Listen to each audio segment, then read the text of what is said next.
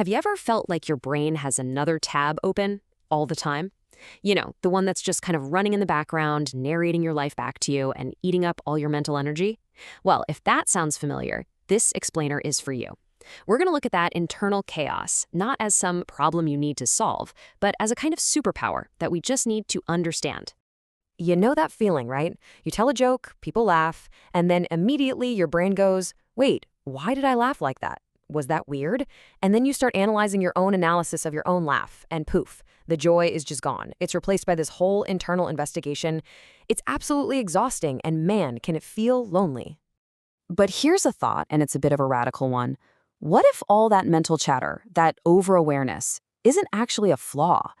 What if it's not something that needs to be fixed or turned down, but it's actually a highly developed skill that's just, well, stuck in overdrive? Let's dig in. Okay, so to really get why your mind works this way, we have to look at the machinery behind it all. We're going to focus on two key psychological concepts that, I'm warning you, might feel a little too real: hypervigilance and cognitive dissonance. First up, hypervigilance. This is, at its core, a survival strategy. You know, a lot of people who are super self-aware grew up in environments where they had to pay close attention. Maybe moods at home were unpredictable, or you had to learn to read the room to feel safe. So your brain learned this equation. Paying attention equals protection. And it got really, really good at it. The only problem is the original threat is probably long gone, but that internal scanner never got the memo to power down. The best way to think about it is like this. Your nervous system is like a smoke detector that got installed and calibrated during a massive house fire. So now it treats burnt toast with the exact same level of panic. That weird look from your boss, that text message you haven't gotten a reply to your brain, it all triggers the same 5-alarm fire. The danger's over, but the alarm system is still on high alert.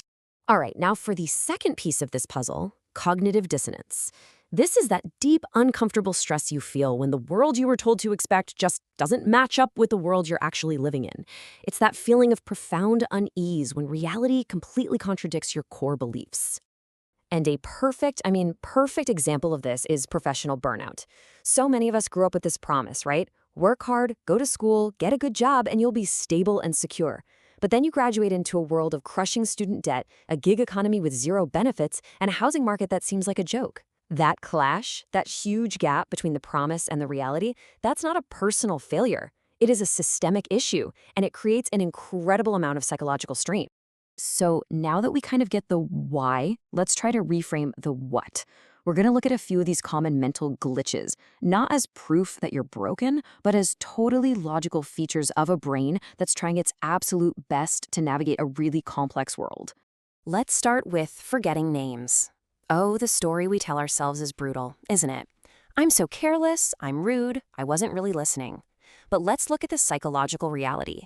Your brain wasn't being careless. It was probably busy processing a dozen other social cues, reading their body language, monitoring their tone of voice, making eye contact, managing your own social anxiety. You don't have a bad memory, you just have a brain that's preoccupied with connection. And this isn't just a nice idea. There's actually a fascinating psychological principle that proves it. It's called the Baker/Baker paradox. Researchers discovered it's way, way easier to remember that a person is a baker than it is to remember that their last name is Baker. So why is that? Well, because the job baker connects to a whole web of ideas in your brain. You think of bread, flour, warmth, aprons. The name baker, on the other hand, is just an empty, random label.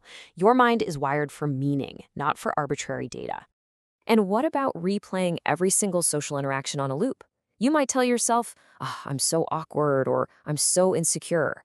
But let's try a reframe. What if what you're actually experiencing is a form of deep empathy, a profound awareness of how other people might be feeling? It's an amazing tool for connection, it just doesn't have an off switch. Okay, so understanding all this is a huge first step.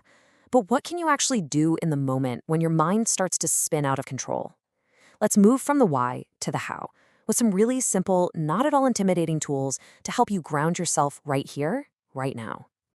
When you feel that spiral starting, you can physically interrupt it just by using your breath. Let's try a quick one together right now. It's called a box breath. You just inhale for a count of 4, hold it for 4, slowly exhale for 4, and then hold at the bottom for 4. Let's do it one more time. In for 4, hold for 4, out for 4, hold for 4. Just doing that a couple of times sends a direct signal to your nervous system that says, hey, we're safe, we're okay, we're right here. You can also use your senses to pull yourself back. There's a great technique called the 5-4-3-2-1 method. You just name 5 things you can see around you right now, 4 things you can physically feel, 3 things you can hear, 2 things you can smell, and 1 thing you can taste. Or something even simpler. Just go grab an ice cube and hold it in your hand. The intense cold sensation yanks your focus out of the thought spiral and puts it right back into your physical body. These little things can be total lifelines. So much of our overthinking comes from feeling completely overwhelmed by what other people want from us. Setting boundaries is not just nice, it's absolutely crucial. And you can use a script like this one. It's polite, it's clear, and it is totally non-negotiable. You don't have to apologize. You don't have to over-explain why you're protecting your time and energy. Just practice saying it until it feels like second nature. And remember, you don't have to fight your thoughts. You don't have to wrestle them into submission. Instead, try just observing them from a little distance. You can even label them. Ah, there's that worry about work again. And then just let it drift by, like a cloud in the sky. This simple shift reframes them from being these urgent, scary threats into what they usually are. Just old, well-practiced, and ultimately harmless mental habits. So as we wrap up here, I want to challenge a really common goal. So many of us are chasing this idea of a quiet mind. We believe that if we could just stop thinking, then we'd finally be happy. But honestly, that's like trying to tell the ocean to stop having waves. It's just not going to happen. But there is a much better and way more achievable goal. This right here is the whole ball game. The real goal isn't silence. It's self-awareness without the self-judgment. It's being able to look at one of your mental spirals and say, oh, hey, I see what you're doing. I know why you're showing up, and I'm the one who decides how much power you have over me. That is what real freedom feels like. So I'm going to leave you with this question. Forget about trying to silence your mind for a day. Instead, what is just one thought, one worry, one old pattern that you can meet with a little more honesty and a little less judgment starting right now?